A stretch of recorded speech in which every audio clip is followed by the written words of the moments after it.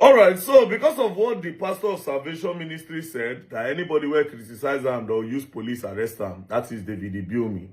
So I took my time yesterday to go through his preachings, and I think I understand why he says if you criticize him, they will arrest you. It is because he says a lot of nonsense. And truly, the man don't like criticism. Because when I post yesterday, I see some people, some writers go in comment section, he start to delete comments. Do you understand? Now, I will show you people what I saw. Like I said, he says a lot of nonsense. A lot. For now, Prophet Jeremiah, I will take break from you. You understand? Let's start DavidIbiyeomi today. And throughout this week, we will continue. Now, let me play this. The sin that Adam did, what was the sin he committed? That God will get so angry as Adam, you mean you committed this sin? Get out here. Because you need to ask questions. What is it that Adam touched? If it was apple, then you and I should not eat apple again. Adam touched the tithe. Was the only thing God told him not to touch. He said, this one is yours, but this is mine. Now let me say this to you to humble you. If you don't want to prosper, they are not ready for heaven. Because he said the streets of heaven, don't be holier than God.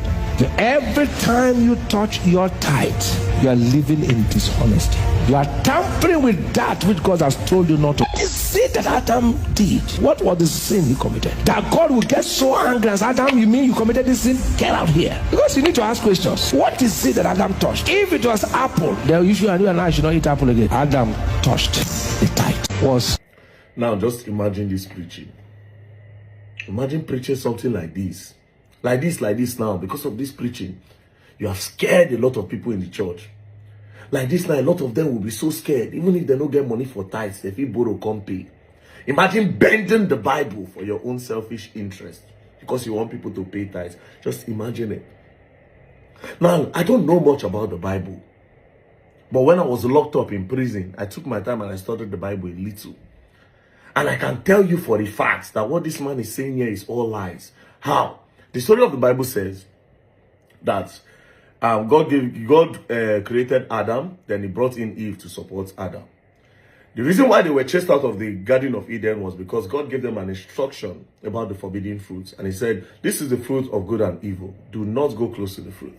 And then they went to eat the fruit. Then when they realized that they were naked, God said, okay, these people they now have the knowledge I don't want them to have. So it's now time for them to go out of the kingdom. So leave. Now, he now placed a curse. And he said, from today, man, you shall till the ground. You go suffer, you will sweat before you eat.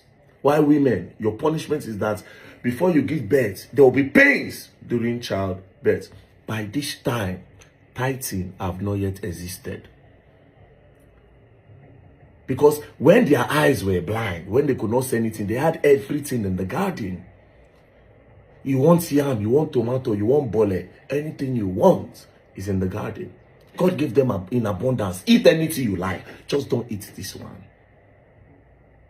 There was no tithing. They could eat anything. Now, when this curse happened, they left the Garden of Eden. Then they gave birth to Cain and Abel.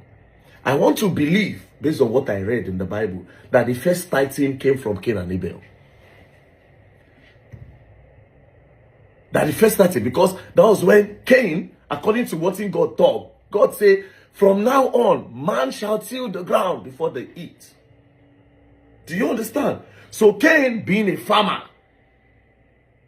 then Abel being a shepherd, carrying sheep around. You don't go into poultry business and livestock business. Do you understand? Then this guy being a farmer, so it was now time for tithes. That is when I can say there was the first tithes.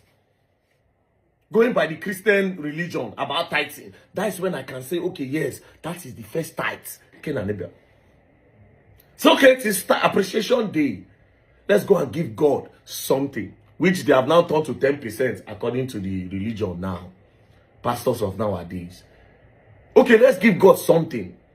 What will I give God that will make God smile? Then Abel said, you know what? Let me give you my finest sheep. The one where no get spots. Then he carried it. And he sacrificed. According to the story, excuse me, then God smiled and said, Verydarkman, Abel, you are my son. Take. Now Cain, taking his own tithes to God, He go find one fruit where don't spoil because he won't make money. He said, this is the one that we give God. Then he took it to go and give it to God. But God didn't accept it. God said, no. What you cannot eat, you want to give it to me to eat. Is that what you are doing? Me that gave you life? Are you paying for your breath? You are not paying for your breath too. I gave you eyes to see. I gave you hands to work. I gave you bola to knack. Knacking is one of the sweetest things on earth. I gave you bola to knack. And by that time, I see that bola the big. Pass our own now. Give you strong long bola. So you give me what you will not eat. And God said, no, I won't take it. And back then, if you know when God diverse, God they communicate with the people directly. If you see the magic now, you will see signs and wonders. Then Cain now got angry. That why this Abel, this very dark man, so then boom, pa. Now that's when I can say the first tithe in the Bible happened. So imagine DavidIbiyeomi now twisting everything upside down to say the reason why the reason why Adam was sent out of the Garden of Eden is because he did not pay tithe. Therefore, saying that if you don't pay tithe, God will not want to associate with you. God will not smile on you. God will chase you out. So you will come make a lot of your members now. They will fear. They will be so scared to bring the tithes to you. You see the kind of manipulation where they get down. No wonder you said anybody when criticize you, they go lock them up. I'll be waiting for me to be locked up. I'll be coming to Nigeria very soon. I won't see who won't lock me up. Say I talk about DavidIbiyeomi. I want to know if we don't have law again. If our police are people that they are paying to go and work. If that's how they work, let's also pay money. We go contribute money for them to pick DavidIbiyeomi up. Since that's what our police have done so, because indirectly that's what DavidIbiyeomi is saying. If you criticize me, they will lock you up. It's not that he said, I will make sure I sue you.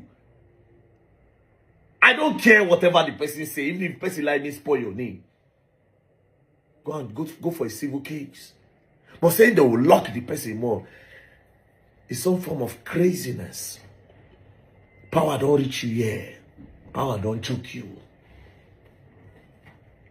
Oppression don't choke you. And that's why I always say, I say a lot of these pastors are the problem we'll get for that country. They brainwash the youth not to move.